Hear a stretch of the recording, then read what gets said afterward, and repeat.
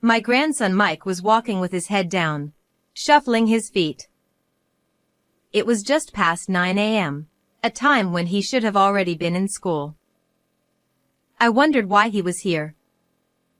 Concerned, I called out to him and invited him into the house. As soon as Mike came in, he took off his backpack and sat down on the sofa. "I'll put your backpack here for you." When I picked it up from the floor to move it to the sofa, it was so heavy that it seemed like it could make a loud thud. It was clearly too heavy for just textbooks and notebooks. "This backpack is awfully heavy." As I muttered in surprise, he suddenly burst into tears. It was as if some tension inside him had snapped, and his tears wouldn't stop for a while. It's all my fault. "What?" Sniffling, he slowly began to speak. She said kids who aren't smart have to do this or else. Crying, Mike opened his backpack. When I saw what was inside, I trembled with anger. Why would anyone make him do something like this? Shaking with rage, I picked up my smartphone. I wasn't sure what kind of expression I had, but Mike looked at me with slightly fearful eyes. Maybe I had a scary face at that moment. "I'm just going to make a quick call." I tried my hardest to put on a smile and left the living room. "My name is Kathy. I live in an apartment a little way from the city center. My only son, Tony, now lives with his son, my grandson, Mike. Tony's wife passed away in an accident about 3 years ago, around the time Mike started elementary school. After the funeral, it seemed like it would be difficult for Tony to recover. However, he said that, while watching Mike sleep peacefully, he made a firm decision. "I'm going to take care of Mike. I'll raise him well, taking care of him for my wife's sake too." From that moment on, he threw himself into being a single father. He managed everything, from attending school events and being a school committee member, to making Mike's breakfast and dinner, as well as doing the laundry. I thought he might give up after a few months, but I remember how, over the phone, he laughed and said, "It's harder than I thought," with a cheerful tone. I realized he must have found it rewarding. Tony worked for a large company, but at the time, he didn't have too much work. However, as his workload increased, he struggled to balance both his job and housework. One time, Mike got a fever at school, and Tony wasn't able to pick him up. This was the first time Tony had ever called me for help. I think he realized he was reaching his limit. After that, he gradually began asking me to help with raising Mike. Fortunately, my apartment is less than 5 minutes away from Tony and Mike's place. On days when Tony knew he would be late due to work, he would let me know in advance, and I would take care of Mike. Mike comes over excitedly after school. At first, he was shy and reserved, but as he got more comfortable, he became quite the chatterbox. Grandma, listen. Today, I did jump rope. Lately, he's also been talking a lot about a new friend he made, a boy named Kevin. And then, this happened, and oh, also. Mike's stories go on and on. He joyfully talks about the everyday happenings at school. I find myself thinking, Tony was like this when he was little too, wasn't he? Like father, like son. I muse, feeling nostalgic as I listen to Mike's stories. As Tony's work grew busier, the days when I looked after my grandson increased around the time he entered 3rd grade. I appreciated his hard work, but I didn't want him to push himself too hard. Even on his rare days off, instead of relaxing, he always said he had plans. I made a promise to Mike. We're going to the zoo on this day. Another time, he said he had plans to hang out with a colleague from work, and he left Mike with me. Could it be that he's seeing someone? I tried not to pry, but a mother's intuition is hard to ignore. No, don't dig into it unnecessarily. I told myself that and instead focused on listening to my grandson's endless chatter. Not long after that, I received a message from Tony saying, "There's someone I'd like you to meet." The next Sunday, Tony, Mike, and a woman named Maria came to my house. Nice to meet you. I've been seeing Tony. As she politely bowed, her sleek, straight hair swayed. Her graceful and refined manner of speaking almost made me sigh in admiration. Oh my. I didn't know Tony had such a lovely girlfriend. We met through a friend. We've been dating since around last year, and I'm thinking about remarrying. Remarrying? But what about Mike? I've already met Mike several times. He's so adorable. She bought me ice cream at the zoo. It seemed that Mike had already met her and had grown fond of her to some extent. Indeed, she seemed kind and good-natured. If she was someone both Tony and Mike had chosen, I felt there was no need for concern. I see. Well then, we need to celebrate, don't we? That day, I made a feast to celebrate the beginning of a new chapter for our family. After that, Tony, Maria, and Mike started living together as a family of 3. Now, a few months later, I rarely have the chance to look after Mike, and I feel a bit lonely because of it. One day, I received a message from Tony saying that he would be moving to the city for a job assignment. He mentioned something about being involved in launching a new project, though I didn't quite understand the details. Despite just having started his new life as a newlywed, he already seemed busy. As he had said, a little while later, Tony left for his job assignment. He sent me a short message. I'm off. Please take care of Maria and Mike. Of course, I was prepared to support them. Becoming a mother so suddenly must be a lot of pressure for Maria. Maria, if you ever need help, don't hesitate to ask me. When I offered her those words, she gave me a gentle smile. Thank you so much. Soon after Tony left for his assignment, Maria occasionally asked me to look after Mike. I was happy to have more opportunities to see my grandson. I gladly accepted, thinking it would be nice to hear Mike's stories again, just like before. I made it a habit to bake pancakes whenever it was time for Mike to come over after school. Grandma, I'm home.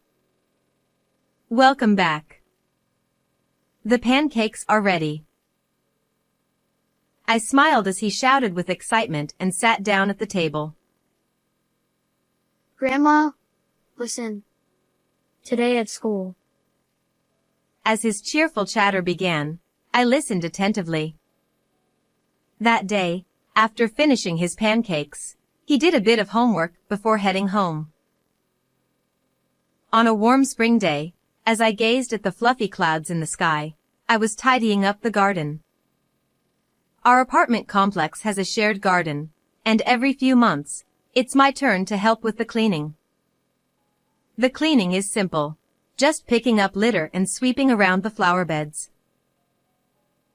After finishing the sweeping, I happened to look up and saw Mike walking slowly with his head down.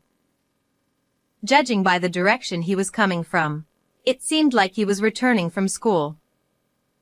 But it was just past 9 a.m., a time when school should have already started, so I wondered why he was here, His expression was gloomy, and he didn't seem like his usual self.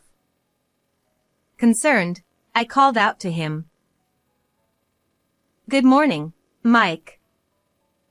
Are you already on your way back?" Startled, he looked up at me, but with a downcast face, he shook his head. No. I left early because my stomach hurts. With just that, he turned his gaze away, clearly not wanting to talk, and trudged away slowly. Usually, he would happily call out, "I'm off to school," and leave with a spring in his step. But I had never seen him look as troubled as he did today. I hoped his stomach pain would go away soon, and with that thought in mind, I continued cleaning for the rest of the day. However, this wasn't the only time I saw him walking like that. On another day, when I went outside to take out the trash, I saw Mike again, walking with his head down. On yet another day, when I stepped out to clean, there he was, slowly walking along. His steps were heavy, and even from a distance, he looked tired and drained of energy. What's going on? It doesn't seem like he just forgot something. I also heard from other residents, who had seen him while cleaning the shared garden, that they'd noticed him walking by. They seemed to remember that Mike used to visit my room frequently. Ever since, whenever I looked outside around that time, I saw Mike trudging along, almost every day. I grew increasingly worried. Could something have happened at school? Now that I think about it, he hasn't come over to my house recently. It's been that way ever since the day he left school early, saying his stomach hurt. Could that be connected somehow? Concerned, I called Maria, and her response surprised me. He hasn't been going to school recently. What? Mike hasn't? I was taken aback by her casual response. She went on to explain that Mike would leave for school but just couldn't bring himself to go. Apparently, what should be a 10-minute walk home from school takes him 45 minutes. It was hard to believe just hearing it. But, thinking about the way he's been acting recently, it started to make sense. Did you ask him what's going on? Maria hesitated before saying, "Well, actually." He's been having a hard time keeping up with his studies, and I think that's why school has become tough for him. I gave a short acknowledgement, but Maria, on the other end of the phone, sighed as she said, "I want to help him, but..." There was something detached, almost indifferent, about the way she said it. It felt so different from how Tony would have reacted. Have you talked to Tony about this? I haven't told him anything. I want Tony to focus on his work. Maybe you should say something, at least a word or two? Or perhaps talk to his teacher? Kathy, you're being too meddlesome. Mike will figure things out on his own.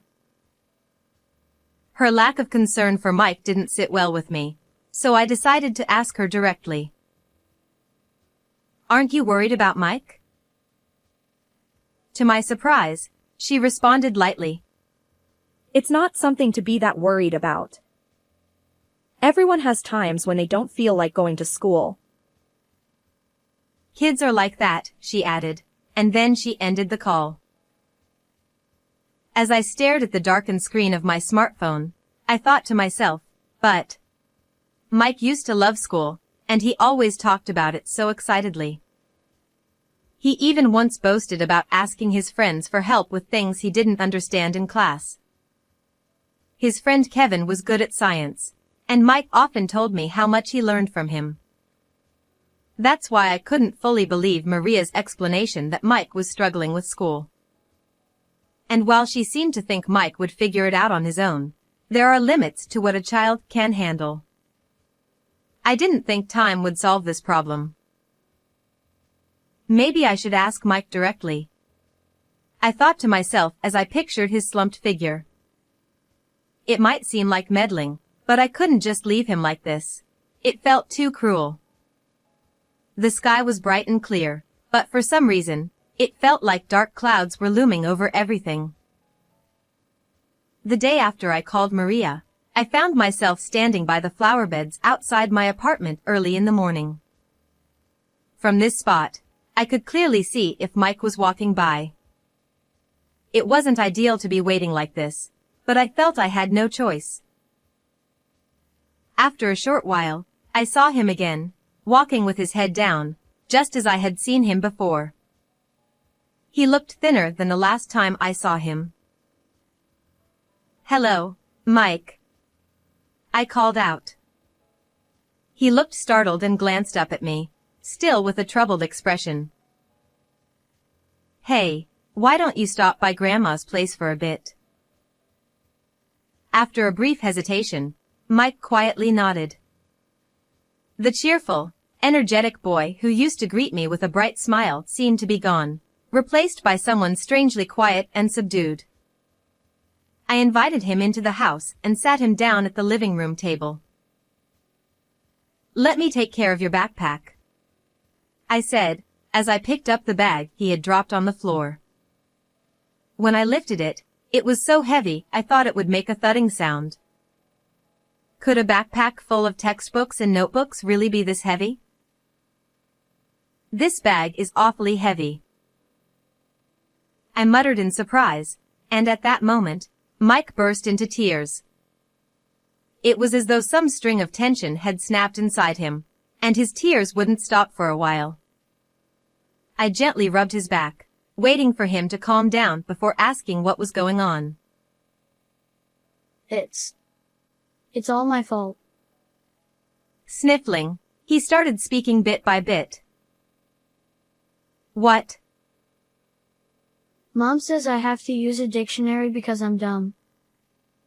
As he spoke, he opened his backpack, revealing several dictionaries inside.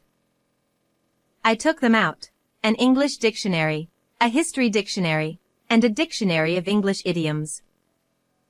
Even though they were used for school, this was far too much. "And you've been carrying all this around?" Mom said that kids who aren't smart have to do this, or they'll never get better. According to him, it started with just the English dictionary, but then, at some point, Maria added the history and idiom dictionaries. It shocked me to hear that Maria had forced him to carry so many dictionaries. This weight was far too heavy for any elementary school student to carry. When Mike complained that his shoulders hurt, I had him take off his shirt, and I saw the red, raw marks on his shoulders where the backpack straps had rubbed against him. It was a painful sight. "That must have been hard for you." "Why?" I didn't want to carry all these dictionaries. "You don't need these, right? Aren't there tablets or something you can use instead?" Yeah. But Mom says using paper dictionaries makes me smarter. That's what Maria had told him, and that's why he had reluctantly stuffed his bag with dictionaries. From what I was hearing, this felt less like strict parenting and more like harassment. I couldn't understand what was driving her to do this, but I knew one thing: it was unacceptable. Shaking with anger, I grabbed my smartphone. I had no idea what kind of expression I was wearing, but Mike looked at me with slightly fearful eyes. Maybe I had a scary look on my face.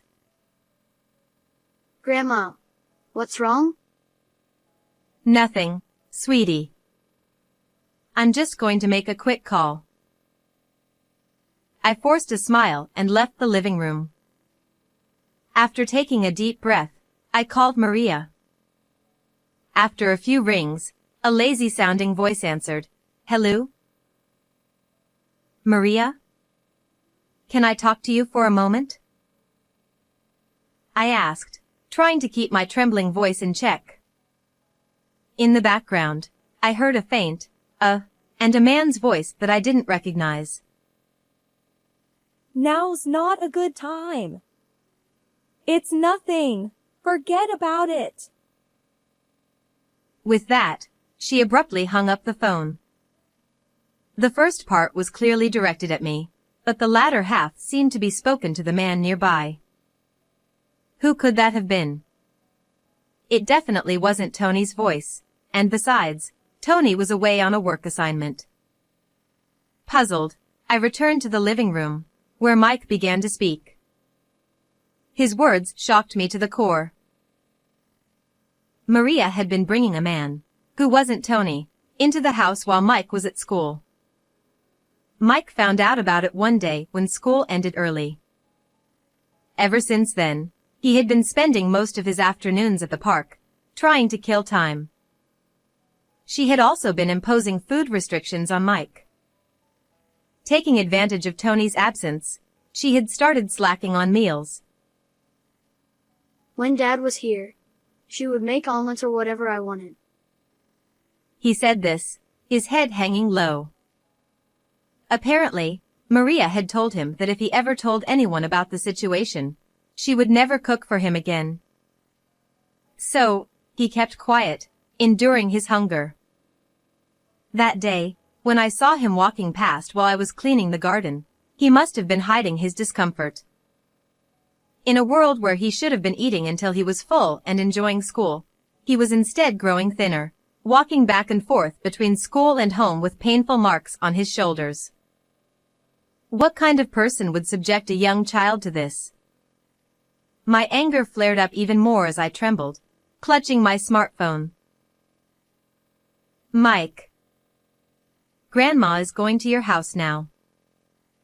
I'm going to have a talk with Maria. But she told me I'm not allowed to go in if a man's there. Don't worry, leave this to Grandma. I borrowed Mike's spare key and told him to stay here while I headed out of the apartment. Tony's apartment was right nearby. I used the key Mike had given me to enter. Wah. Kathy? What are you doing here? I found myself face to face with Maria and an unfamiliar man standing in the entryway. It seemed she had been about to send the man off. The man gave Maria an awkward look, clearly hoping for her to provide some sort of cover. But before Maria could do anything, she tried to slip past me and rush out the door. Wait. I quickly grabbed her hand and pulled her back. Let go of me. This has nothing to do with me. Nothing to do with you? Of course it does. Explain yourself. I motioned for the man to come inside as well, and we all went into the living room. I made the two of them sit down on the floor and asked for an explanation of what had been going on. Sir, we haven't met before. I'm her mother-in-law, I said calmly, introducing myself. The man's eyes widened in surprise. And what exactly is your relationship? I don't know him. Maria answered immediately, leaving the man shocked. Wasn't he her boyfriend? You said this was your place, so why is your mother-in-law here? He asked, bombarding her with questions. It seemed Maria had been pretending to be single and cheating. Now that I looked closer, I noticed Maria wasn't wearing her wedding ring. Whenever she came over with Tony, she always had it on. Kathy, why are you here? If you were going to come, you could have at least made an appointment. Don't change the subject. Mike's been struggling so much because of you. In truth, struggling was putting it lightly. I wanted to yell at her right then and there, but I held myself back from acting childish. I forced myself to remain calm and continued.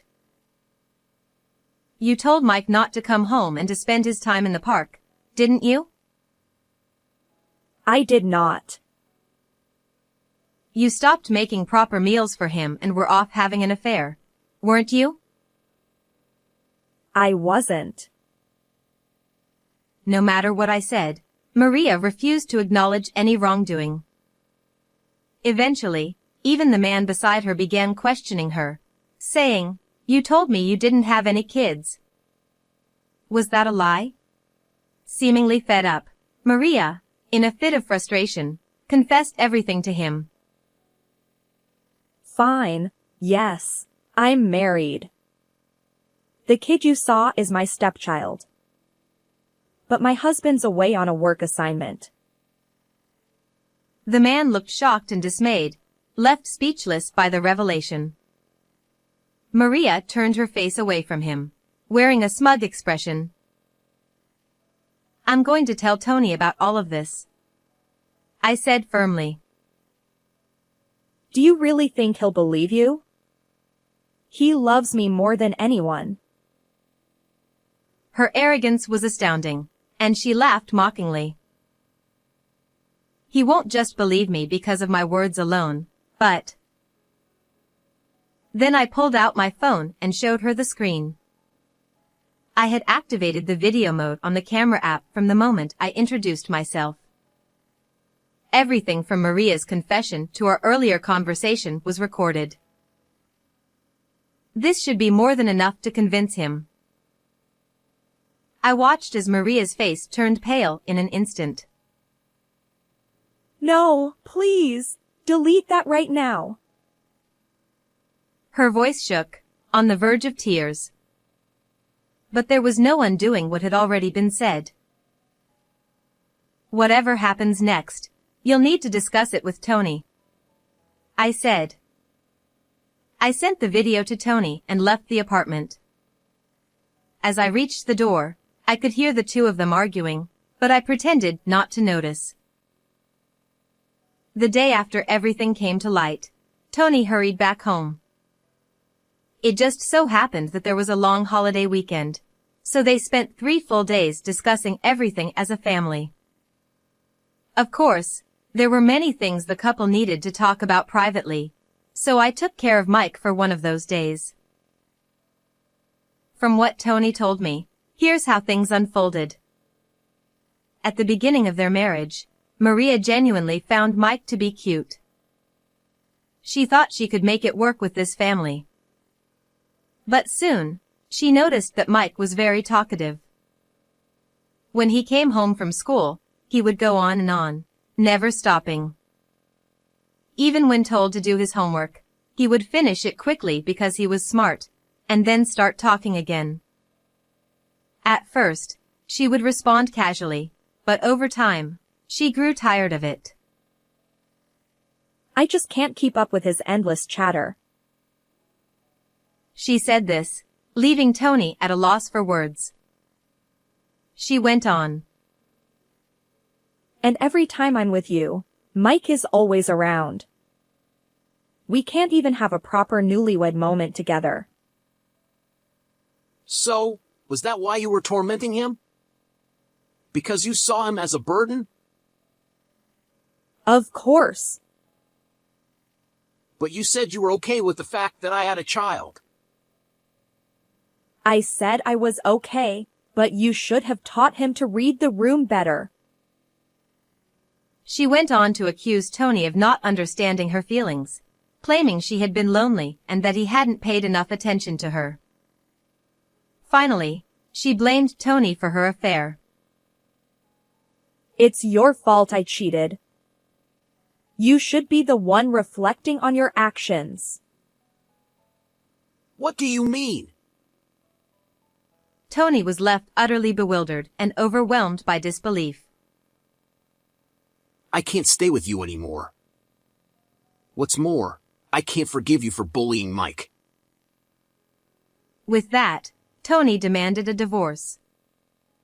Maria refused. I'm not getting a divorce. But Tony was determined. He was shocked by how truly cruel she was deep down. Tony canceled the lease on their apartment and moved in with me, bringing Mike with him.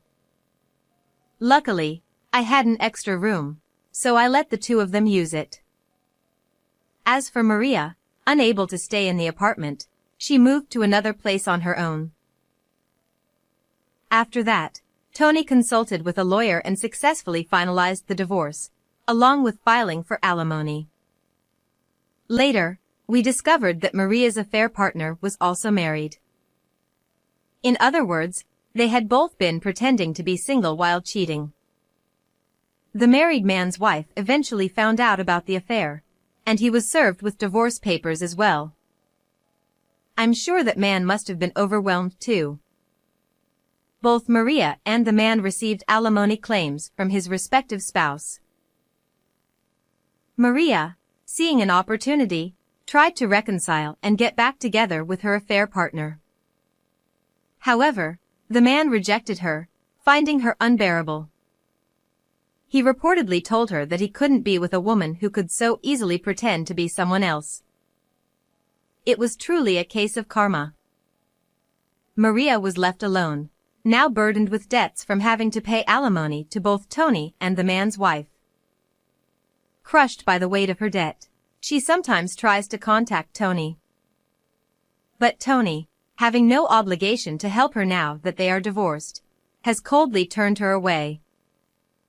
Apparently, Maria now works 2 jobs, both day and night, living like a worn-out rag. After this, I doubt even she will ever consider cheating again. On the other hand, Mike remained downhearted for a while. It seemed that what Maria had done still weighed heavily on his mind.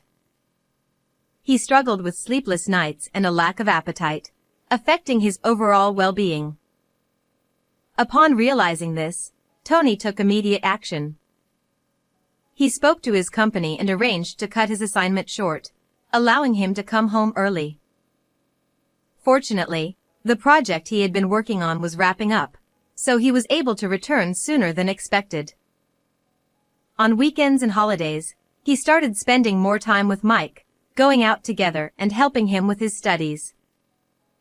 At night, when Mike couldn't sleep, Tony would sometimes sleep next to him. I, too, made sure to be involved in caring for my grandson, keeping a close eye on his recovery.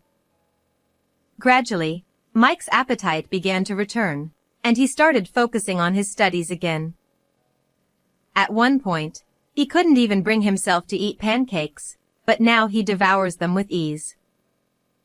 Tony and I both breathed a sigh of relief as we saw his appetite return. Mike, who had always been an active boy, even started jumping rope at the park again. Grandma, do you think I'll be able to play with Kevin again? He paused mid-jump, quietly voicing his concern. I reassured him. Of course. I'm sure Kevin's waiting for you too.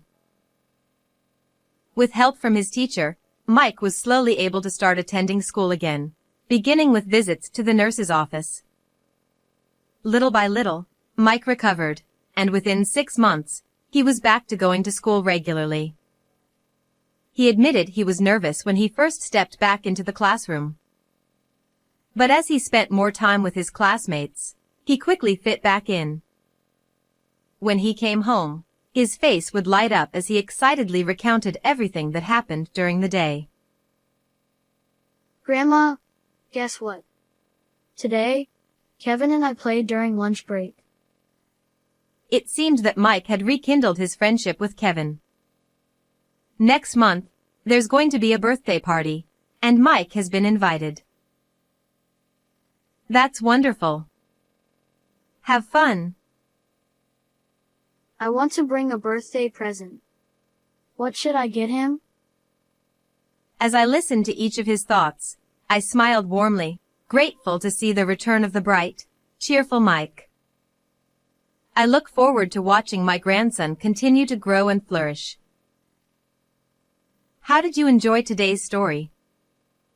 Don't forget to subscribe to the channel. See you in the next video.